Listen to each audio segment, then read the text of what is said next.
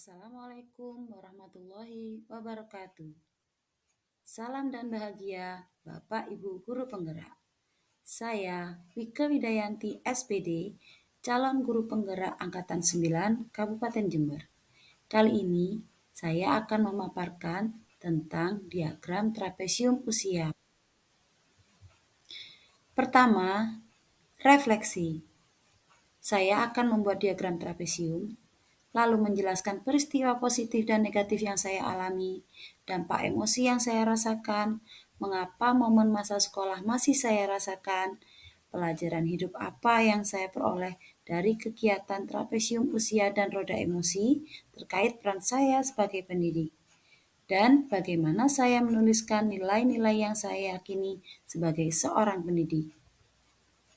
Berikut adalah diagram trapesium usia. Usia saya saat ini adalah 38 tahun, usia aktif bekerja. Dan usia pensiun saya ada di usia 60 tahun. Peristiwa negatif yang saya alami ada di usia 16 tahun dan peristiwa positif ada di usia 21 tahun pada masa sekolah dan kuliah. Peristiwa negatif. Sebagai manusia, kita tentu pernah mengalami peristiwa negatif dalam kehidupan. Begitupun dengan saya. Peristiwa negatif yang saya alami ketika saya berusia 16 tahun, usia remaja dan masih duduk di bangku SMA. Perjalanan pendidikan saya tidaklah semulus teman-teman sebaya saya. Saya harus berjuang membiayai kebutuhan sekolah seperti uang pembelian buku LKS, uang transport, naik bus pulang dan pergi sekolah, bahkan uang jajan pun sudah tidak pernah saya pikirkan. Meskipun saya berasal dari keluarga menengah ke atas yang notabene ayah saya berprofesi sebagai PNS guru SD.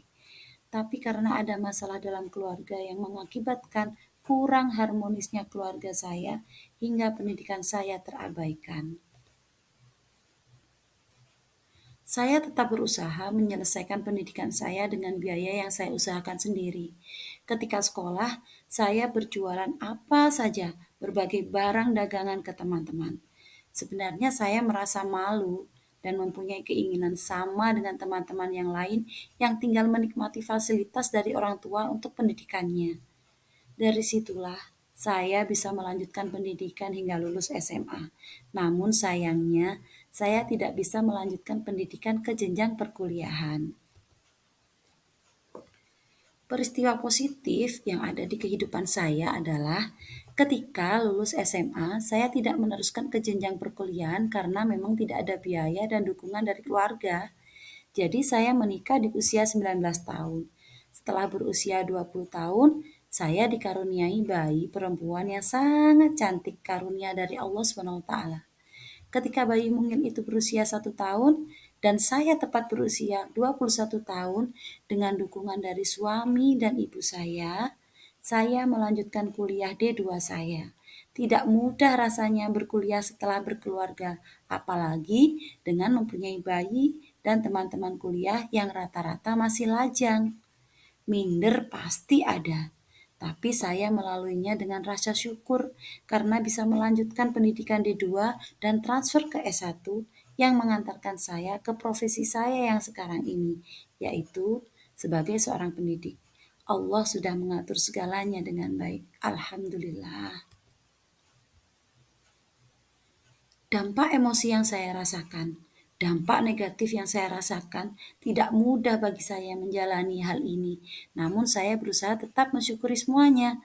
Rasa sedih, malu, hampir putus asa selalu ada di dalam benak saya, sehingga menjadikan saya pribadi yang keras. Dampak emosi yang saya rasakan yang positif adalah tidak selalu hal yang tidak sesuai dengan kehendak kita berdampak buruk bagi kita.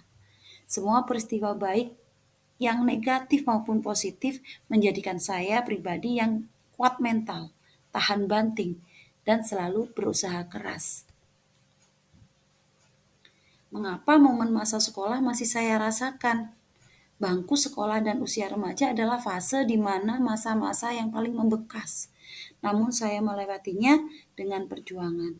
Saya masih bisa merasakan betapa inginnya saya sama seperti teman-teman sebaya, menikmati masa-masa muda dan dengan fasilitas yang ada.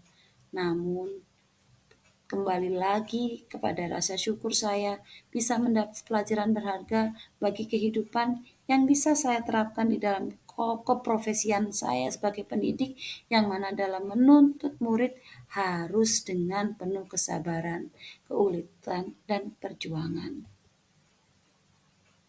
Pelajaran hidup yang saya peroleh. Semua peristiwa negatif dan positif yang telah saya lalui menjadikan saya sadar bahwa menuntut ilmu perlu dengan perjuangan yang keras, tekad dan semangat yang kuat, serta menuntut ilmu tidak mengenal batas usia ataupun status telah menikah ataupun belum. Saya sebagai seorang pendidik akan berusaha mendorong, menuntun, dan mengarahkan anak didik saya untuk mencapai pendidikan yang setinggi-tingginya sebagai bekal mencapai masa depan yang gemilang. Nilai-nilai yang saya yakini sebagai seorang pendidik adalah pengalaman adalah guru terbaik bagi kehidupan. Guru yang baik adalah guru yang mendidik muridnya selayak orang tua kandung kepada anak-anaknya. Tanamkan rasa semangat untuk menempuh pendidikan sampai ke jenjang yang setinggi-tingginya. Nah, itulah sekelumit tentang saya. Terima kasih telah mengikuti video ini. Salam dan bahagia Bapak Ibu guru penggerak.